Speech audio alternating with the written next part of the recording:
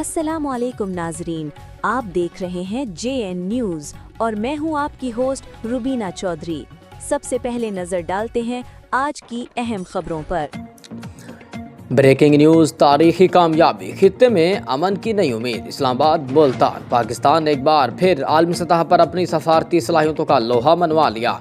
वज़ीर आज़म पाकिस्तान मियां मोहम्मद शहबाज शरीफ और सिपाही सलार पाकिस्तान फील्ड मार्शल सैयद आसिम मुनीर के मुदब्बिराना क़यादत और बेहतरीन हिकमत अमली के नतीजे में अमेरिका, इसराइल और ईरान के दरमियान जारी कशीदगी में अहम पेशरफ्त सामने आई है, जहाँ जंग बंदी के मुआहदे पर पाकिस्तान ने कलीदी मिसाल सी किरदार अदा किया।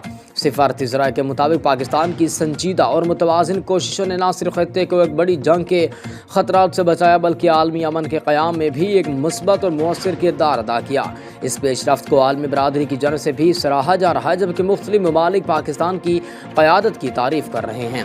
ये कामयाबी पाकिस्तान की मजबूत क़यादत, दानिशमंदाना पॉलिसी और आलमी सतह पर बढ़ते हुए वक़ार का मुँह बोलता सबूत है।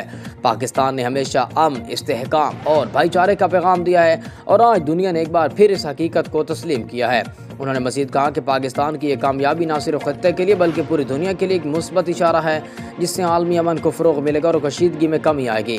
तज्ज़ियाकारों के मुताबिक इस पेशरफ्त से न सिर्फ मशरिक़ वस्ता में इस्तेहकाम आएगा, बल्कि आलमी मईशत और तजारत पर भी मुस्बत असरात मुरत्तब होंगे।